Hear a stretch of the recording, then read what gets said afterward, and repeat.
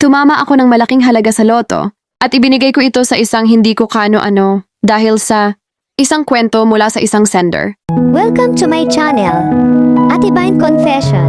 Kung gusto mo rin mag-share ng kwento mo, mag-send ka na ng letter mo dito. Maraming salamat. Enjoy for watching. Tumama sa loto si Aling Belen, malaking halaga ito, at balak niyang ibigay sa kanyang 4 na anak, ngunit si Aling Belen ay 65 years old na, may 4 na anak at puro babae, nag-OFW dati. Si Aling Belen, dahil maagang pumanaw ang asawa nito, kung kaya't napilitan siyang mag-ibang bansa para mapag-aral ang 4 nitong anak, pinagkatiwala ni Aling Belen ang mga anak nito sa isang matalik na kaibigan. Dahil wala naman kapatid si Aling Belen, naging maayos naman ang communication niya sa kaibigan nito, at dito niya na ipapadala ang allowance ng mga anak nito.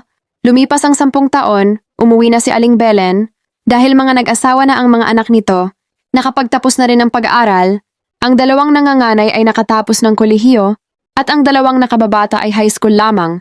Puro mga nakapag-asawa na sila, kaya naisip ni Aling Belen na umuwi na ng Pinas.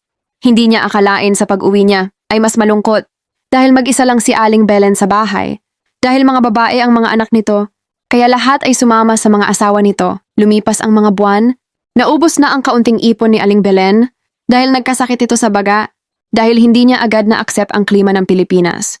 Kaya paminsan-minsan, napunta siya sa mga anak para manghingi ng pera at makakain, ngunit sa tuwing pupunta siya sa bahay ng kanyang mga anak, ay marami itong naririnig. Napakiramdam niya ay ibang tao ang turing sa kanya, at sa tuwing nakakatanggap siya ng pera, nagsusumbatan pa ito, sinasabi ng mga anak, sana hindi na lang ito umuwi ng Pilipinas.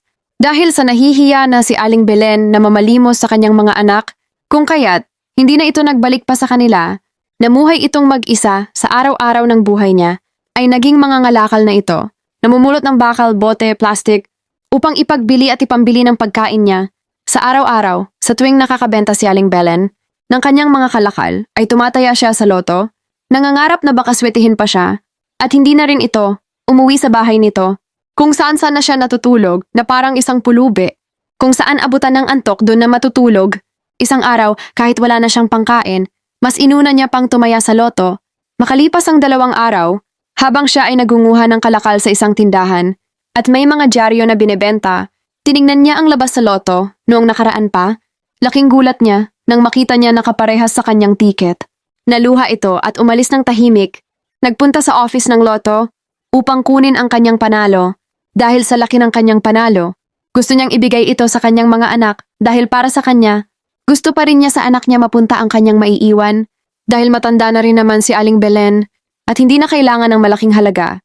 Kaya naisip ni Aling Belen kung sino ang tuturing sa kanya bilang isang ina, doon niya ibibigay ang kanyang napanalunan. Kinabukasan, nagpunta si Aling Belen sa panganay niyang anak, nakiusap na manatili sa bahay nito ng 1 linggo para makasama siya, ngunit tumanggi ang kanyang anak at sinabi walang maiiwan sa bahay na ito dahil alis kami upang magbakasyon. Pasensya na, maaari na kayong umalis. Sumunod naman na pinuntahan niya ang pangalawa niyang anak. Nakiusap ito na kung maaari ay manatili ito sa kanila ng 1 linggo para makasama niya ang kanyang anak, ngunit sumagot ito, pasensya na inay, hindi kayo maaaring manatili dito. Maliit lang ang bahay namin at sapat lang ang kinikita ng asawa ko. Maaari na kayong umalis. Sumunod naman ay pinuntahan niya ang 3 anak. Muli siyang nakiusap dito, 1 linggo lang, upang makasama niya. Ngunit tulad ng 2 niyang kapatid, ay humindi ito, inay, kaya niyo naman mamuhay mag-isa, kaya hindi na kayo pwede dito. Ang hirap ng buhay namin. Minsan nga wala na kaming makain. Pa-extra-extra lang ang asawa ko, maaari na kayong umalis. Malungkot ang mukha ni Aling Belen. Huminga siya ng malalim at nanalangin na sana, iba ang bunso niyang anak sa mga kapatid nito. Nang makarating si Aling Belen sa bahay ng kanyang bunso, hindi pa man nakakapagsalita si Aling Belen ay pinagtabuyan na ito.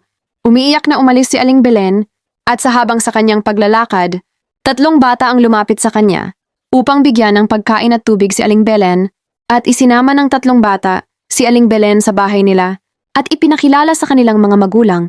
Isang magsasaka at labandera ang mga magulang ng 3 bata. Dito nakatagpo si Aling Belen ng tunay na pamilya kahit hindi siya kaano-ano. Tinawag siyang nanay ng mag-asawa at tinawag siya na lola ng 3 bata. Minsan sinasama ng 3 bata si Aling Belen upang magtinda ng sampagita. Dito naging masaya si Aling Belen at dahil dito naisip niya na karapat-dapat ang pamilyang ito Ang mabigyan ng ganting pala, isang araw, sinama ni Aling Belen, si Alice, ang nanay ng 3 bata, isinama ito sa bangko upang mag-open ng account. Nagtaka si Alice para sa nito, ngunit sinabi ni Aling Belen, wag nang maraming tanong, kaya nanahimik itong si Alice. Nang matapos ang kanilang transaction, ibinigay ni Aling Belen kay Alice ang isang bank book account at nakita doon ang laman at nagulat si Alice sa kanyang nakita at napaluhod wika niya na Belen. Sobrang laki po nito, isa po pala kayong mayaman na tao. Bakit kailangan niyo pang magpanggap na isang pulubi? Wika ni Alice. May mga anak ako, 4 sila, pero kahit isa sila, walang nagpatuloy sa akin sa bahay nila. Kahit pa inumin ako ng tubig. Wala, pero kayong mag-asawa, at lalo na ang iyong mga anak, tunay na may mabuting puso, kaya kayo ang karapat-dapat kong pagmanahan, at sana huwag kayong mababago ng salapi. Wika ni Aling Belen. Sa paglipas ng panahon, ay pumanaw na si Aling Belen at nabalitaan ito ng kanyang mga anak.